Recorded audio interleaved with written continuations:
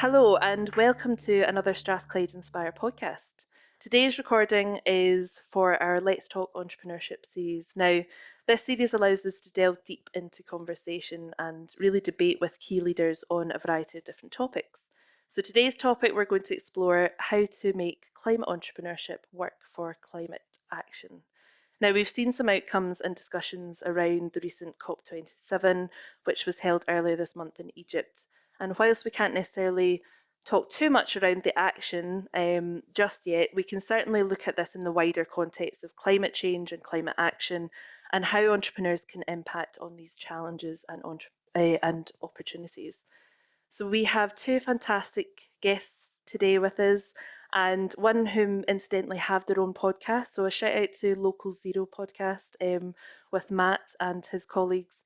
Now, if the topic of climate action and a zero carbon future is your thing, which I think it's everybody's thing at the moment. It's definitely at the forefront of many discussions. Then I highly recommend that podcast for a little change of scene.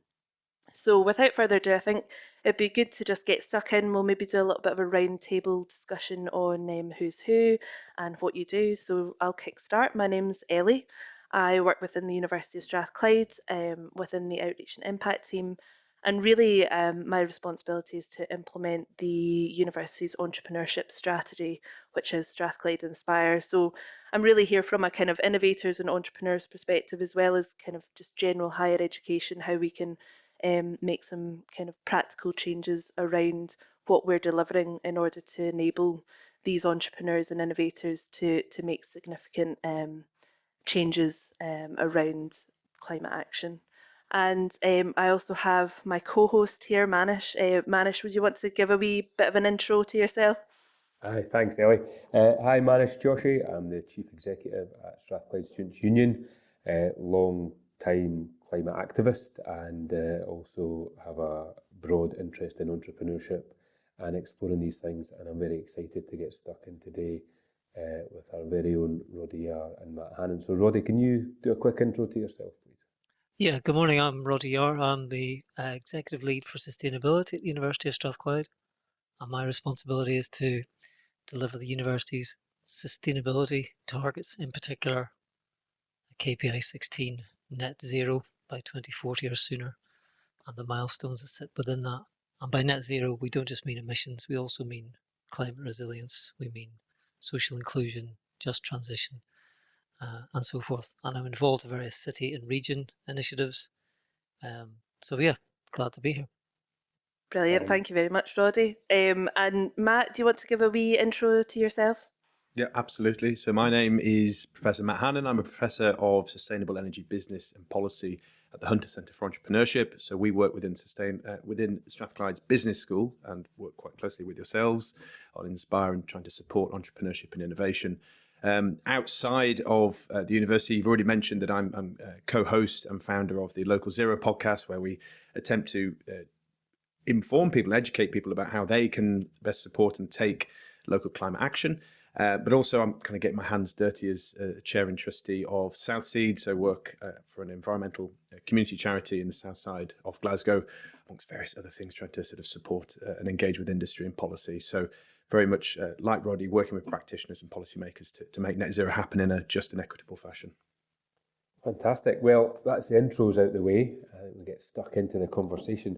So I think maybe before we dive in, it's probably good to understand what we mean by climate entrepreneurship and climate action. And I guess climate entrepreneurship is a relatively new term. Essentially, it's climate and environmental entrepreneurs or change agents who see the creation of ventures as a way to address urgent climate and environmental challenges.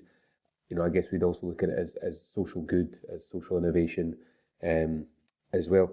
But Roddy, Matt, whoever wants to jump in first, have you heard the term kind of climate entrepreneurship used before? And where are you seeing that taking place, I guess, in and around the university and in and around Glasgow? Maybe if I can just jump in quickly, as a professor in a department for entrepreneurship, it's something that we hear quite a lot. I guess traditionally, this has been framed as environmental entrepreneurship or sustainability entrepreneurship. I mean, my experience of this is you tended to have kind of three separate strands until a few years ago, where somebody was doing something that was financially or economically focused. The bottom line was the big prize there, and trying to identify a market niche somewhere. Alongside that, we saw social entrepreneurship arise, where you were doing something that generated a revenue, but that was recycled for wider social benefit. And then alongside that, you then had environmental entrepreneurship, which is, as this net zero debate and climate change action has risen up the agenda, that third plinth has become even stronger. And I think it's fair to say that these three are now starting to align, or at least in my mind, some of the most promising business models and market solutions are triple bottom line. So there's an economic, there's a social, and there's an environmental, often termed kind of ESG, environmental, social, sustainability, governance, where you have these three elements align. So, and I think that's, in my mind, that's where business is heading now. And as an investor, I think more often than not, I engage with various investors on this. A good example would be the Green Angel Syndicate, who are explicitly looking to fund these types of ventures, because ultimately they're doing kind of 3 in 1. Not easy to do, but if you can successfully execute that, then it's a real promising future in my mind. That's great. And Roddy, where are you seeing this in action? I think when I think of the word entrepreneurship, I think of the university. I don't know because I work here, but I think it's new ideas, new ways of doing things, and trying to make those sustainable economically, socially, and financially. I suppose that's economically. But where I'm seeing the changes is starting to see a shift in the investment on renewables, for instance, being something that's more not yet happening at scale, but I think more public-private relationships where instead of it being a private investment, it's now being thought of as something that actually has to benefit communities, benefit businesses, benefit organizations in the wider sense, rather than a group of investors who may have no vested interest in the geography of that investment. And that's the area I'm working on really more and more, is how to bring, I suppose it's like a cooperative model that you would be familiar with in the Nordics, where you have communities basically buying and investing in their own assets for their own benefit. That benefit being financial sustainability, but also, I guess, back in the 70s, it was climate sustainability, but it probably wasn't called that then. It was just how they thought about upskilling and getting themselves into a better position to be more sustainable across all of those different areas. So I think we're catching up in many of these respects. Yeah. Perhaps we need to think in a new way. Do you think that the motivations of people have changed over the years? And I say people, I maybe mean corporations. Obviously, it kind of links to your point, Matt, about earlier, there was kind of the 3 strands. You almost had corporate social responsibility as a new wave of, oh, well, we can be a little bit more green, a little bit more kind of socially responsible, but there wasn't the regulations as they are now. Maybe Roddy, you could maybe talk around that shift between from a kind of corporate social responsibility right through to really working around regulations and introductions to more regulations around climate action, and actually almost forcing companies to do something rather than it just being a nice to have. I can certainly have a go at this. I mean, I think there's a couple of things to say here. Who is the entrepreneur? Who is undertaking that phase of entrepreneurship and innovation?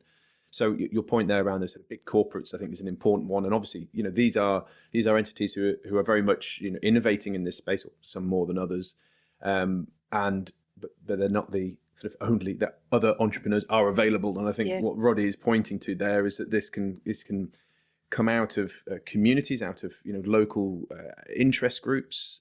I think typically when we think of an entrepreneur, it's kind of the Elon Musks, the Steve Jobs of this world. I think more and more, I don't think the climate solution is going to fall out of just 2 or 3 people, as much as Mr. Musk might think he is. And obviously some of some of the solutions and companies he's set up are going to be very important to that, such as Tesla. But actually, I think this does come down to who's going to drive this, who's going to put this over the line. So maybe if we just take the point there around, the big corporates, my sense of the last few years, particularly in the run up to COP26, is a lot of these companies were just wanting not just a single state, but these supranational bodies, the UNFCCC and the other supporting bodies around that, to point them in a direction and say, look, this is where we're going. And you can see just in the UK more broadly, the economic chaos that unfolded during the autumn and the way that sent the markets into a tailspin was because industry likes a direction. And once they have that, I think it's almost like thinking kind of, as a juggernaut on the rails, that they can move in that direction.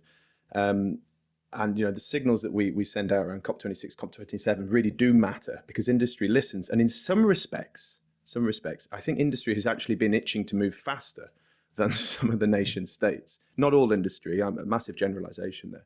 But just going back to communities, I think this really matters too, sort of in two different respects. One is that communities can undertake their own work and projects, and much of this we've profiled with Local Zero, some fantastic enterprises out there which have been set up by the community for the community. But also as communities, we are consumers and we send signals to industry who then in turn send signals to government. And there's this kind of circularity, this positive feedback mechanism where, you then start to reinforce that message and action then really truly starts to happen. Yeah, I think that disruption thing's really important. Somebody has to disrupt the norm, and whether that's communities or individuals or small clusters of people. Veganism. If you think about veganism, that's just a completely new market. So, we can work with industry, private sector, public sector, and kind of see where the levers are, and that helps to deliver change in a disruptive way. That's positive. But then you've got a disruptive way that's perhaps almost a bit of a confrontational relationship to start with. Until, so we look at Fintry Renewable Energy Enterprise out in Stirlingshire, back to renewables again. But that community group had some very switched on people within it who were able to challenge that private developer and to say, look, we need a different model here. And the model was very much about how you can help us to help ourselves. And that became a really sustainable model where they were able to generate revenue directly into the community, not just as a gift, in that sense around community benefits. It was a direct revenue because they took a stake in an asset. So back to that sort of Danish cooperative model. Mm-hmm. So there are different ways to disrupt. I think what we have to try and do is find a way that challenges the norm, that actually starts to deliver skills, opportunities, benefits for communities, whether they be communities of practice like a university or communities at all sorts of different scales, be it city scale, national scale, regional scale. It's interesting, Roddy, as well, to sort of see communities of interest form. And this is why, I'm an avid user of Twitter, rightly or wrongly, and I see many of its most positive elements against its weaknesses. But one of the real positive elements that's emerged for me over the last few years has been these communities of interest around these types of activities, the sharing of knowledge, sharing of insights. And what I've started to really see formulate around a company, Ellie, that is trying to do, in my opinion, the right thing in terms of delivering net zero through exciting forms of entrepreneurship and business model innovation is Octopus. So their big savings session that happened just this past week. And you see these, they're basically, and I say this in a loving way, because I guess I'm one as well, these energy geeks who are well into this, who love this stuff. And they're, this kind of one-upmanship, but also, friendly kind of support for one another about getting this done. So communities can happen out with the local area, out with the parish church or the local football team. Communities can be whatever you want them to be. And they're really powerful things once they start to coalesce and start to move en masse in a certain direction. Octopus had over 200,000 people signed onto that saving session, saved the equivalent of a small gas power plant in terms of turning down. And I think Twitter and that social network and that community building has been critical to building that direction of travel and that critical mass. And I think what's really great about both those examples, both the Fintry one and the Octopus one, is it's empowering people. And I think when you look at big multinational processes like the UNFCCC and COP27, you feel very disengaged, very disempowered. You're not there, you're not in the room. There's lots of business interests that are there who are lobbying against climate action. But actually, the stories of everyday people kind of rolling up their sleeves and getting involved and getting engaged, I think we need to do more of that. I think that's one of the things that we probably need to do more of, even with our students, to try and tell them those things. So is that something that kind of permeates now into the curriculum, Matt, when you're teaching students about these things? Are you using some of these examples to, I guess, galvanise climate action from them and to kind of inspire them? Yeah, I think people need to be able to see what that coordination can achieve. And all too often, I think we've been conditioned, particularly, I think post-war, there was an element of this kind of social contract and this, we're all in this together. The scale of having to kind of mop up the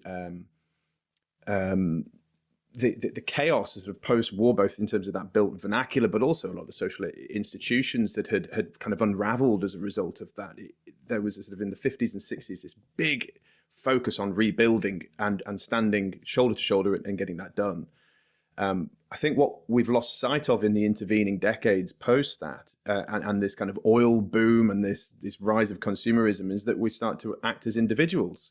We are individual consumers, that we're framed as economically rational consumers who think primarily in value proposition and economic terms. That won't get us through the climate crisis. That will not solve the problem. So what we need are different types of offerings that will elicit different types of solutions. And I think community coordination, this sense of social contract and shared problems, but also shared solutions is what gets us there. The problem is we're not used to doing that. And Roddy says, quite rightly, on the continent, they've been doing this for quite a while. I think in the UK, we're way, way, way behind on that. Yeah, it's a social norm, isn't it? Or not? I think there is a much more ownership of property, that whole piece, that seems to be a legacy that's really hard to shift. In Europe, there isn't that same legacy necessarily. There isn't that same ownership of your house. You rent or you lease or you're part of a community, or you're offered a house through the state. So these interventions are quite often welded into our thinking, into our media, into our exposure to commerce. These are hard to shift sometimes, but I think we're moving more and more towards that. Right, COVID, right, we'll maybe need to work a bit more together here. That's my hope anyway, in terms of climate, is that we start to reflect how we can work more closely together, public, private, individuals who get together and formulate ideas, maybe businesses, whatever they might generate. I completely agree. This notion of collective entrepreneurship, working together to solve a joint problem, which will elicit a shared benefit, and the types of legal models, how you legally institution this action, is really important. You mentioned, Manish, before about cooperatives. Again, something that was very popular for a time in the UK, less so in the intervening maybe couple of decades. I think we're starting to see a rise again. And what I've really noted actually is, as local authorities have really struggled for funding, it's something that came up again in the autumn statement, and we saw additional powers for councils now to raise that tax because basically many of them are broke. And it's something that we're actually covering for the Local Zero Pod in the next episode, is how communities have moved in. Social, environmental entrepreneurs, not just one, but many, working together to fill those gaps by providing something that is revenue generating to the community to solve those problems. They've essentially, I've made this point in previous sessions. You go back to the formation of the coalition government in the UK, 2010, one of the big policies of the time, which was derided, was David Cameron's Big Society, and kind of fell away after various critique from all sides, all political sides. But actually it's ended up happening almost by default, because if you cut the state, something still needs to fill that gap. There's cases up in the Highlands, which we'll be profiling on the pod, which is communities are building affordable housing. They're building medical centres with community funds. And this, without that notion of community and collective entrepreneurship, with a really strong triple bottom line focus, this stuff wouldn't be there, and the communities wouldn't have somewhere to be homed, to be provided medical care, or to be educated. And so I guess it's a needs must element here as well. I'm a farmer's son, right? And my brother still farms up in the northeast of Scotland. There's a thing in Scotland called machinery rings. I don't know if you're not a farmer, you won't know about this, but to Matt's point about, a group of people nationally, but locally, forming themselves into little clusters of businesses that have like-minded interests. And that could be clusters of communities who have the same interests, who want to be sustainable financially, economically, locally. Circular economy, we talk about circular economy. The machinery rings, I think, are a great example of a commercial model that's focused on a community of practitioners, farmers, right, who need to buy or access services to farm, right? So if you're an arable farmer, you have to buy a combine harvester. Well, maybe you form a cluster where you all share the combine harvester, and you have an asset, a percentage share in that asset. This is just an economic model, but it's more community focused, delivers value because you get your crops out of the ground, you fertilize, whatever you do, and it's all based around that sharing, like a tool share in a local community. Yeah, I was just going to say, South Seeds do the same thing, Roddy, but obviously not combine harvesters, but Yeah, but it's just the scale. So you think of the scale that we need to act on. Well, why don't we think about these just as, what are the outcomes that we're seeking here? How do we pivot more towards those and use a private investment model, or whatever the investment model might be, to deliver social value, deliver economic value, and to deliver climate benefits? Whatever that's just the same thing. You could do it at all sorts of different scales, but look up machinery rings. Yeah, no, it sounds great. Ellie, I'm going to pass over to you to come in here with your question. Yeah, it actually links quite closely to what both Matt and Roddy have just mentioned. I mean, we're talking quite a lot around almost, who's driving this change? Is it communities? Is it the consumers? Is it the innovators? Is it the people that are within the large corporate organizations? Is it the government? Is it a combination of all of them? Is it the times? So this links quite closely to this in terms of, is the timing a key element to this? Is the timing a key element to this? So, this is such a vast topic, and it's almost a bit overwhelming to think about it as an individual, maybe as a small business or a single entrepreneur, how they can really make an impact. But entrepreneurs have, as you've mentioned, Matt, driven, major global, I mean, if you think about it, major global warming issues for centuries. If you think about the Industrial Revolution, that caused major carbon emissions throughout the last few centuries, and that was driven by entrepreneurs such as Henry Ford and others. And whilst that definitely transformed millions of lives for the better, also pioneered industries that became driving forces behind climate change. So if entrepreneurs can transform industries for the worse of the environment, do you think that they should be the ones that are fighting the climate change on their own? Do you think it's the timing? What are your thoughts on that? So, I mean, yes, in short, we need entrepreneurship, we need innovation to get us out of this mess. There's a big question about what type.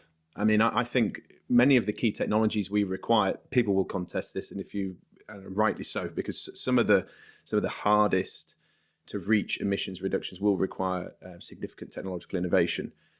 But in general, the bulk of the emissions that we need to reduce can be reduced through existing mature technologies. It's about how you then package those in business models, in market structures, how you finance those, the types of policy innovations that you need to bring those to market. So I'm a big advocate of almost just looking in the tool shed and saying, well, what techs do we already have? Right, what can we do? What can we do with those? How can we make more with that? Your point there about, who is responsible for this, I think kind of began to lead into, is this a private sector kind of, drive here? We're at that point now. This is a bit of a cop out, I'm afraid, Ellie, but we're at that point where it's all hands on deck. So it's all sectors, and Roddy's point there, it's public-private partnerships, but with a very healthy dose of third sector and community action. Yeah. Question is, what do those partnerships look like? What do they galvanize around? What's the governance structure that allows that collaboration and shared ownership of the problem, and then shared benefit from providing that solution? And again, I think we're still very much at the early stages of what that might look like in the UK, because, as I said before, we're just not used to doing it. So I think there's a strong emphasis about trying to engage people on their own terms. So I often think about this. Some people are just not remotely interested by the environment or climate. I can't relate to that, but I accept these people exist. Many people on the call here might be saying, that's fine, that's me, great. And I respect that. But how do we get you, if you're that person, engaged?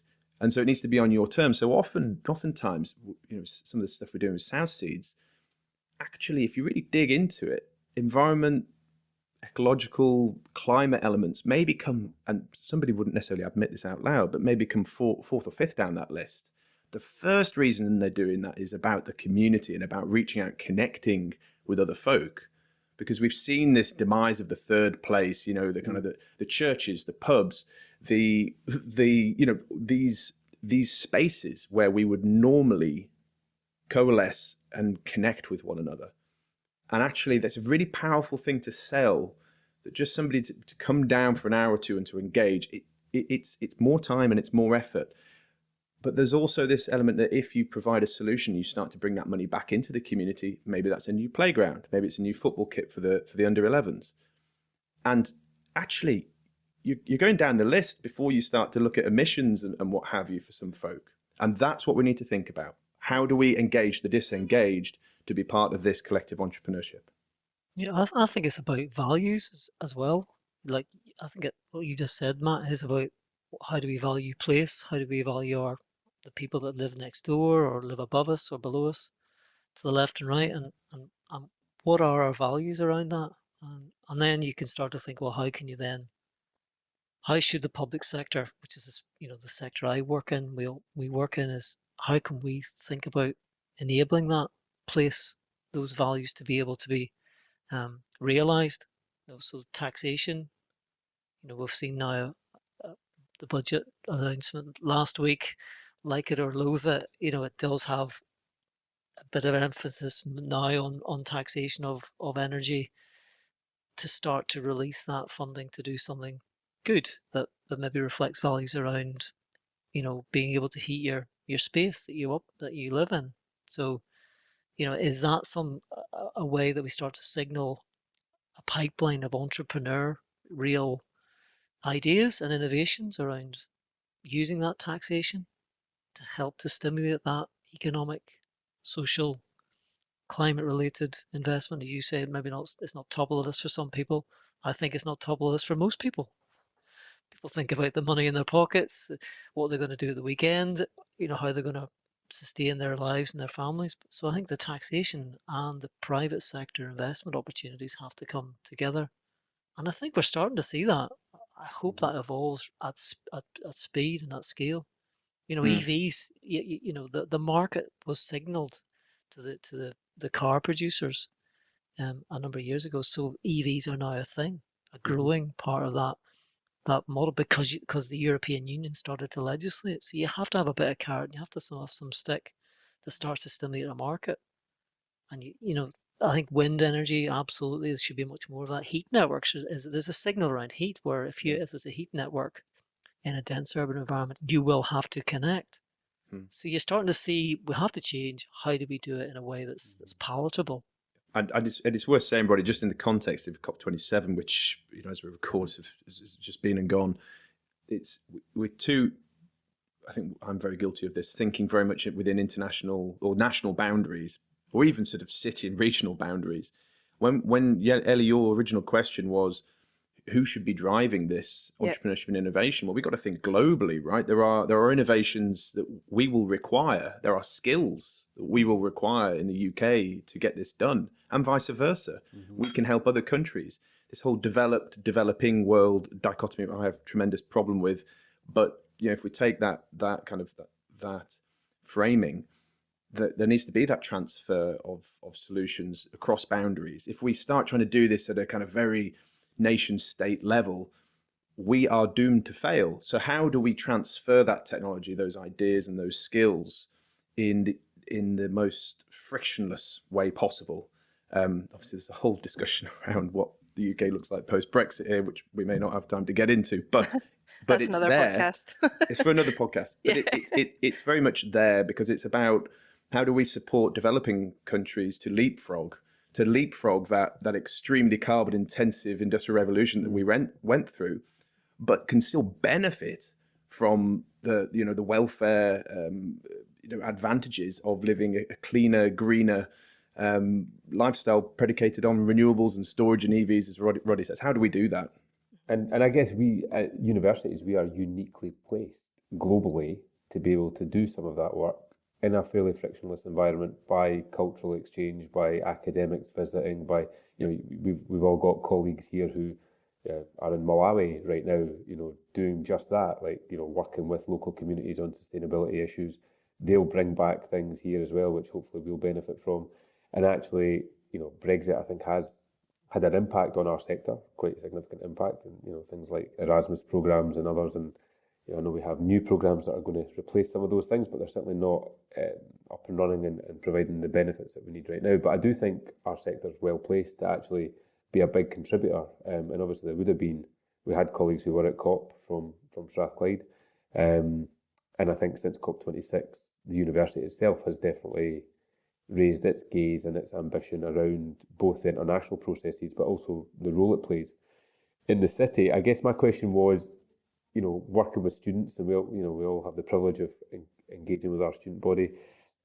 There are multiple challenges facing them at the moment, whether it's the cost of living, finding housing, suitable housing in the city, the job market when they come out from university.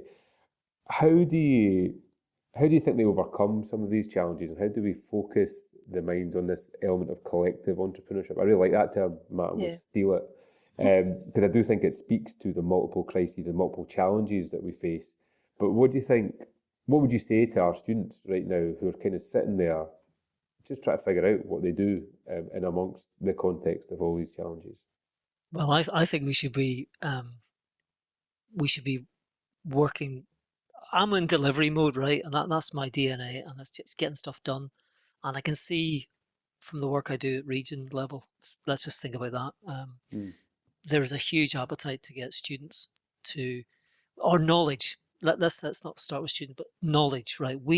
Can you tell us how to do X, Y, and Z? That's just a common opening gambit from a community group or Strathclyde Passenger Transport. Can you help us, university, to do what we need to do to respond to the climate emergency? That's just a common ask now. I get asked that all the time. And I think we have to think, well, how can we place our students in a position where they can respond to that, and our staff that can sit in behind that as a support mechanism, professional and academic. That is absolutely what we should be doing, I think, in that area of our work. When I go and speak I was at Helensburgh,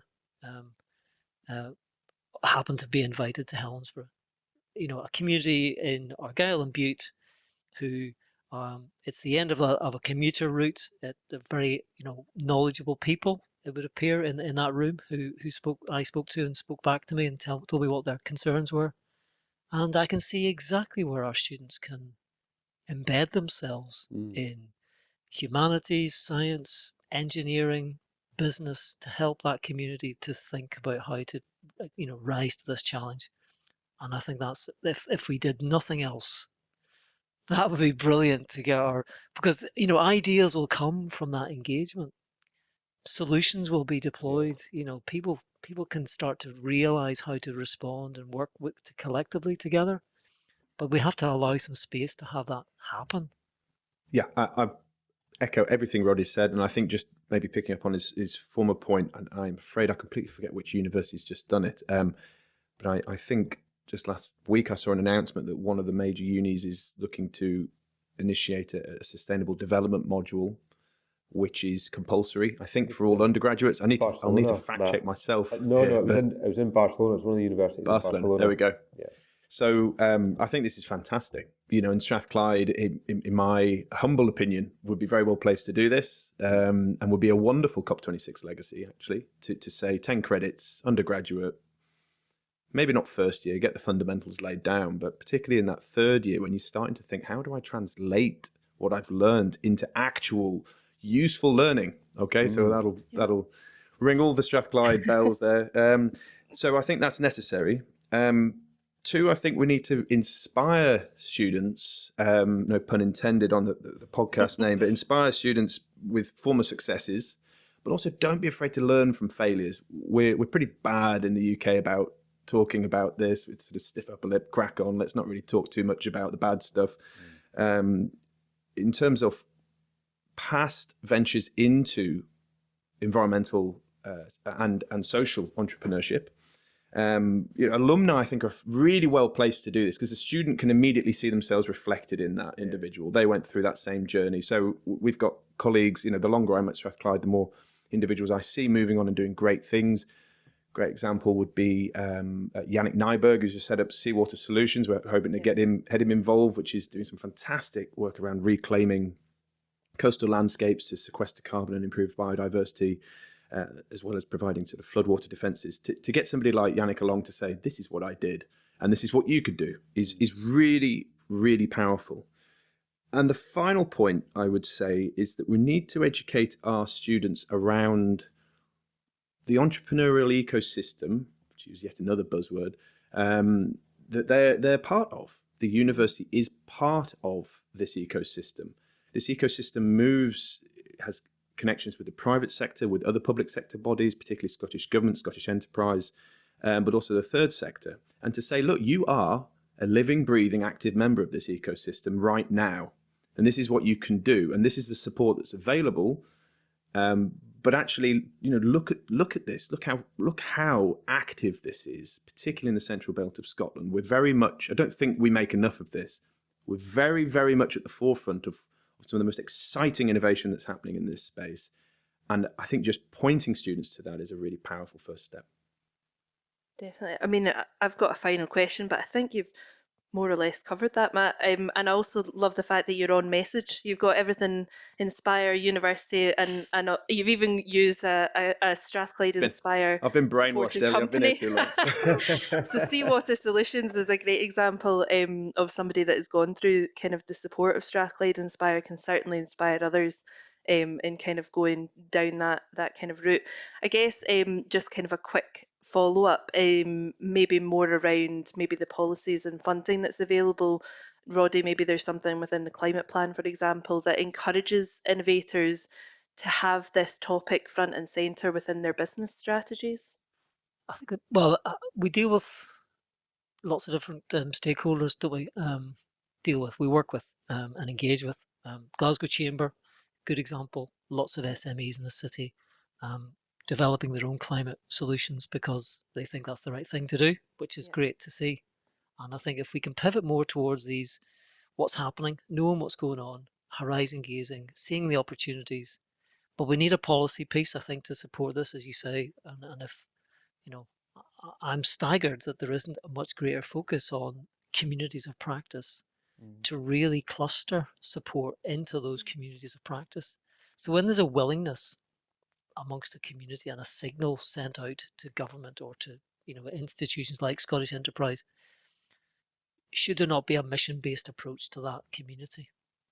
To really think, well, how can we help you? What do you need? What ideas do you not have? What do you not know yet? So, and that's our skills gaps. So you don't know what you don't know until someone tells you.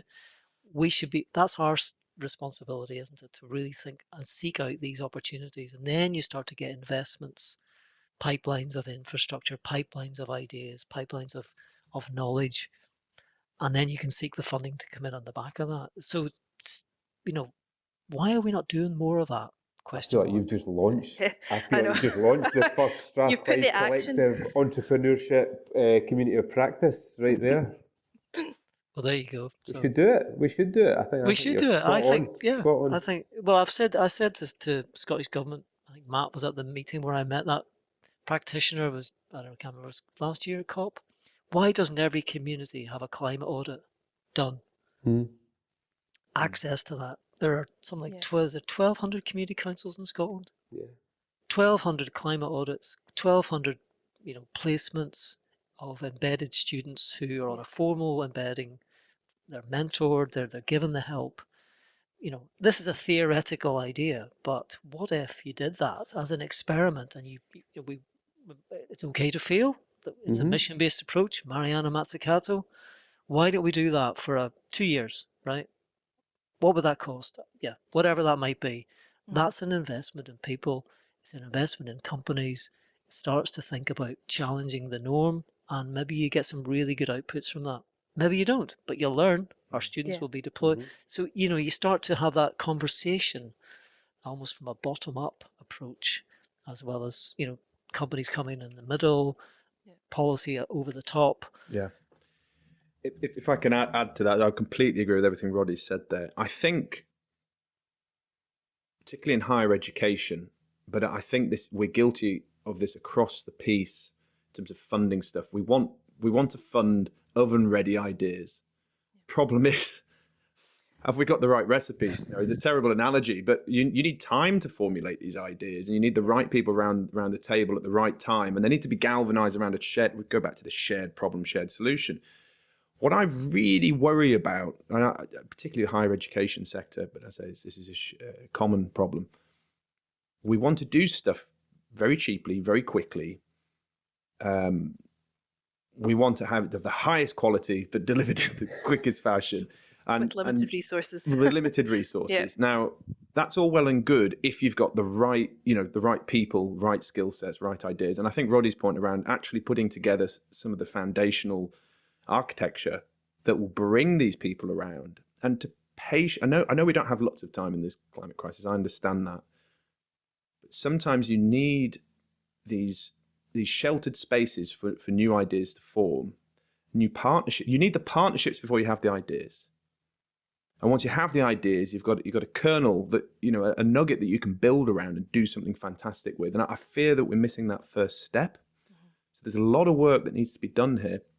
Fantastic work just out last week from my colleague Jen Roberts, was looking at inclusivity and engagement around bringing the right, particularly those who've been marginalized from these kind of discussions in the past. How do you get the right people around the right table at the right time? Now, if we can't do that, again, don't want to misquote Mr. Mannering here, but we're sort of doomed, Dad's Army style. You need these foundations, and I think Strathclyde has all the right bits and pieces there, but there needs to be a platform, because I can see the will and I see the brains, but you need to bring them around. You need something to galvanize them, and I feel that last piece is missing currently. I think that links quite closely, Manish. Maybe you can kind of talk to this as well. But the Inspire strategy as a whole, the kind of first pillar, so to speak, is around entrepreneurship for all. So it's encouraging anybody and everybody to look at entrepreneurship and entrepreneurial ideas and behaviours within themselves to develop themselves as well as ideas. So if you think about, you're talking about almost building a foundation before you even start to think about how you can create a solution to a problem. It's building the foundations, building the network, and building who you are as a person before you then go on to creating the solution, because actually the solution will be better thought out, it will have better connections, it will form that community that you're talking about, which will enable it to kind of propel and move forward. I completely agree with it. I think we were actually pretty good as a human race. But I mean, I see it particularly, because I've obviously lived in, but I've seen it. You put the right people in the right room at the right time, they tend to come up with a solution, right? But to get to that point is the tricky bit. Yeah. So I know in universities management, you made that point. Universities, what a fantastic, asset that we have in the UK. The higher education. I mean, I moan and grumble around some of the, but what we have, these are some of the crown jewel institutions globally. And we need to build around these, and they need to be open to the public and open to industry and open to government to provide that platform for engagement. And if we can do that, I genuinely, hand on heart, believe we can have this wrapped up. But we're not quite doing that at the moment. Well, I think it's been a great discussion, and I'm going to now advocate that instead of meetings, we just have podcasts, because I think it might be more productive at getting things forward. But I've certainly taken away collective entrepreneurship, collaboration, and I think those two things will actually lead to meaningful climate action. I would invite students, staff, fellow academics, those that are in and around Glasgow, to get in touch with Inspire, get in touch with the Centre for Sustainable Development, get in touch with the university, because it is going to take all of us to meet the challenges that are before us. And but I think I'm kind of with you, Matt. I'm with the optimism for a Monday. I think that's a great bit of optimism to kind of leave us with. Actually, do you know what? If we get the right people around the table at the right time, we'll get this all sewn up. And I think we've got to get started. So big thanks to both of you for joining us today. It's been great, and I'm sure we'll pick up this conversation again. And thank you to our listeners. That's it for this week's or this month's series. And remember to hit the subscribe button or follow on whatever platform you listen to our podcast on. And you can find out more about Strathclyde Inspire on our Instagram, LinkedIn or Twitter, or just search Strathclyde Inspire on the University of Strathclyde's website. Thank you very much. Thank you. Thanks a lot. Thanks. Thanks, folks.